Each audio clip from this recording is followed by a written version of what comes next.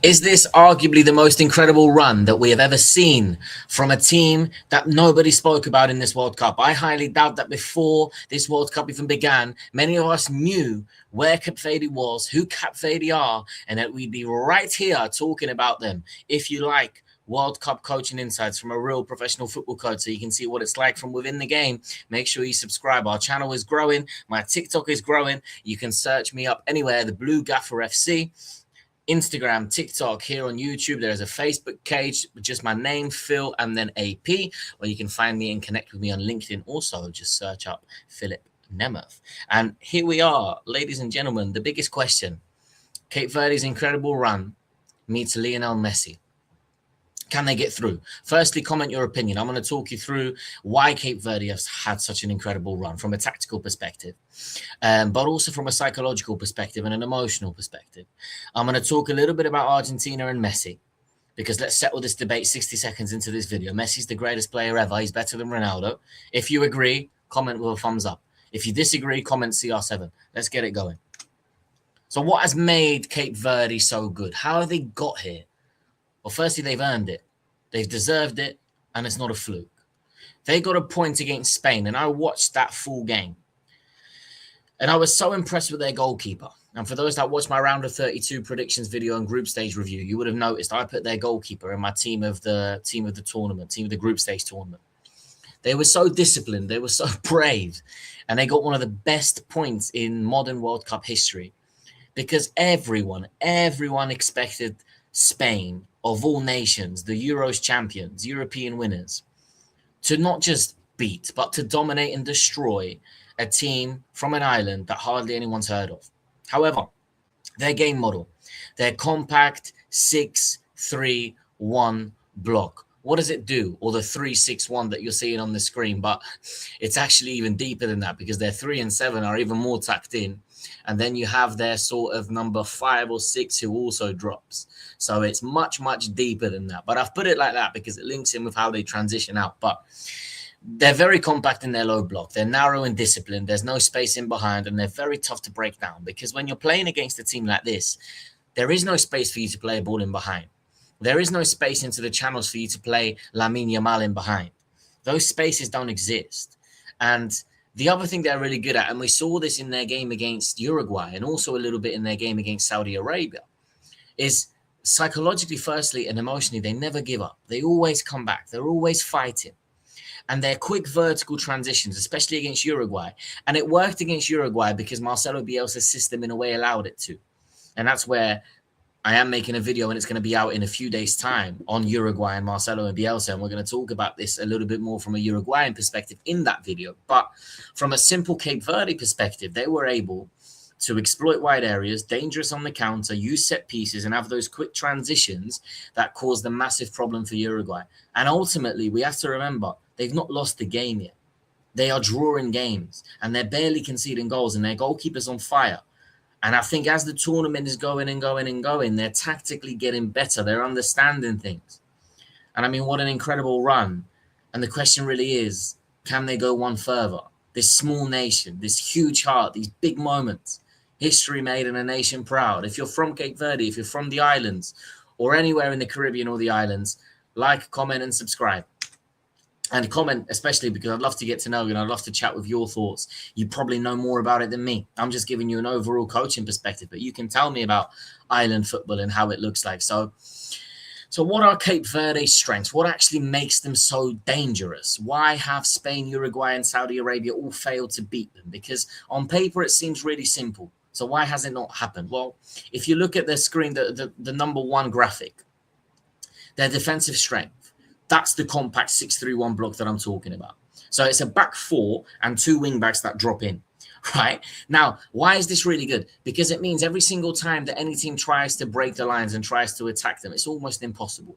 It's almost impossible. You have to rely on moving the ball very quickly, having a Cape Verde era, individual players, someone like Messi who can obviously change the game, dribble past 2 or 3 to open up spaces.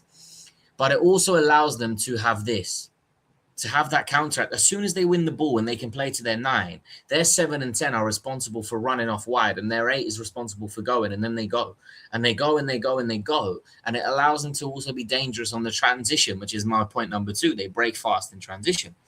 They do have dangerous wide players, believe it or not. And from what I've seen, they're players that have pace, they have dribbling, they have 1v1 threat, and they can hurt you. They're obviously going to be a threat from set pieces. Any set piece they get, any free kick, any foul, any corner, it's a big moment for them. They know, we have a chance to cross the board and head it and try and win something here. And they have an emotional edge. They're playing with their heart. They're playing for history. Only belief, no pressure. And this is what I spoke about in my short videos. And by the time you're watching this, my Spain, my Portugal, my Brazil videos, they're all out on the channel. And I said these big teams, they keep playing this 4-3-3 system. And it's like they're exhibiting a huge pressure and zero belief because they're not changing the way that they play. Whereas Cape Verde, they're the first team in this World Cup that I've noticed use this 6-3-1 shape. Now, am I a big fan of playing a 6-3-1 shape? No. Have I ever used it as a coach myself? No, I haven't. Even when I was against a team that is on paper much, much better than us, the most defensive I ever played, I remember, was a University Cup final, varsity as it's called in this country. And I was coaching my women's team at the time. And I came in on a short-term contract to the university. And the one thing that the club told me is that they want to win varsity because it's massive for the students' bragging rights. It's massive for the university environment. And they just want to just have that bragging rights. We won varsity. We beat you. And we were playing a team that at the time was 2 divisions above us. On top of that, the team had also come off the back of a relegation last season. They had lost varsity last season. So I had come in and I remember all they told me is win this game. So I knew I had to win that game. And I felt a little bit of that pressure, but in a positive way, because whenever I feel pressure as a person and my sort of motivation is very extrinsic. So whenever there's pressure, I always take that as a positive and I go for it. Whereas some people crumble under the pressure. I'm completely the opposite. Maybe that's why I've had the privilege to coach and work in football at fairly high levels. Anyway, and in that game, we started off with a 3-4-2-1, 3-4-3 system. We went 1-0 up from kickoff, basically. Then they scored to make it 1-1. Well, no, then they dominated the game for probably about 20, 25 minutes. Then they scored, and then we were just holding out. And I remember at halftime, I ran into our changing room. And immediately I was drafting on my pen and paper the squad for the second half, and I made a couple of changes, and we dropped into a 5-4-1 shape. So this is where I understand Cape Verde a little bit, because you're obviously not going to go 4-3-3 and match them because you're going to lose. That's just obvious because they have better players in individual positions. So you have to be smart. And I remember that moment, and we won the game 2-1, and we did win those bragging rights, and we did win varsity. I repeat, against the team 2 divisions above us. And we scored again pretty much straight from kickoff. So whatever I said before the game and whatever I said at halftime, I think that's the most effective I've ever been in my team talks as a coach. And the way that I prepared that game with my assistant and the players was really, really good. And I linked that a little bit to Cape Verde. They've come into this World Cup. They have that emotional edge, that positive pressure, as I call it. And they're not afraid, you know? So specifically to Messi and Argentina against Cape Verde, how can Cape Verde hurt Argentina? Well, they have to make it chaotic. They have to make it physical. They have to make it emotional. I link back to my coaching days and that big varsity game. It's exactly what we did. We fouled them. We got in their heads. We make it emotional.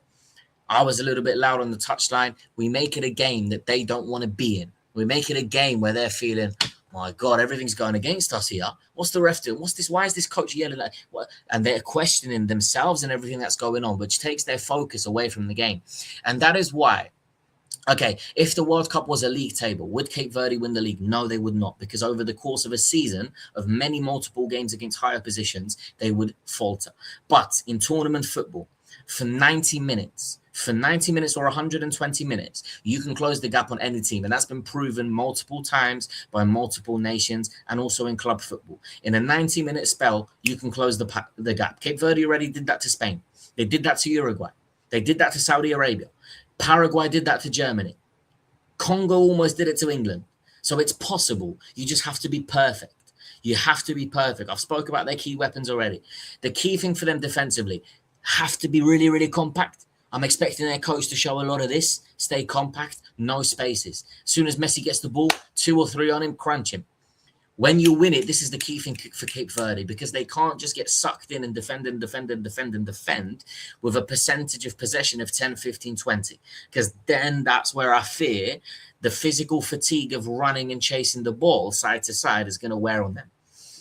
Probably their fitness levels, being an island team where they're used to playing in hot weather and used to playing on an island where it's really hot, their fitness levels are probably high. But at the intensity and quality that Argentina, don't forget, world champions can produce, they might struggle. So they have to, when they win it, they have to go. And if you can't go, retain possession. Make a few passes, just settle, breathe, and then we can play. But I put this in, they don't need 70% possession. They need 100% purpose. Disrupt their rhythm, force these errors, be patient, be disciplined, and then strike when they least expect it. So do I believe, after everything I've told you, that Cape Verde can do this? Do I believe that they actually have any chance to beat Argentina? No. No, I don't. I don't. What they do have is, I've already spoke about, an unbreakable spirit. They're compact. They have quick transitions, a threat on set pieces, nothing to lose. If they lose this game, everyone expects them to lose anyway. So there's nothing to lose. Don't doubt this team. Now, Islanders. Orgulho de nós nach ilhas. Does that translate to proud of our islands? I don't know. I have no idea. I probably said it completely wrong. But whatever happens, they're already group stage heroes. History's already been made. And a nation behind them that says we believe. And that's incredible. But I do think quality decides it. I think Argentina win the game 2-1 after 90 minutes. But I do see this going 1-1, 0-0, 2-2 into extra time. But I just think Cape Verde have too many weaknesses. The lack of firepower, sustaining that Argentinian pressure and a player like Messi who's in top form. The simple individual quality gap, defensive risks, and the lack of experience. However, let me know your thoughts on this Cape Verde incredible run. Do you believe that they can get the job done? Do you believe that we could witness history again? Cape Verde, out of 48 teams, are already one of the only 32 left. Can they be one of the only 16 left and knock out the world champions, which would be, I think, the biggest shock in World Cup history that we've ever had in the world? Comment your thoughts. Like and subscribe, because if this is the content that you enjoy, professional, tactical coaching insights into the world of sport, into the world of football, into this World Cup, then that's exactly what's hitting my channel.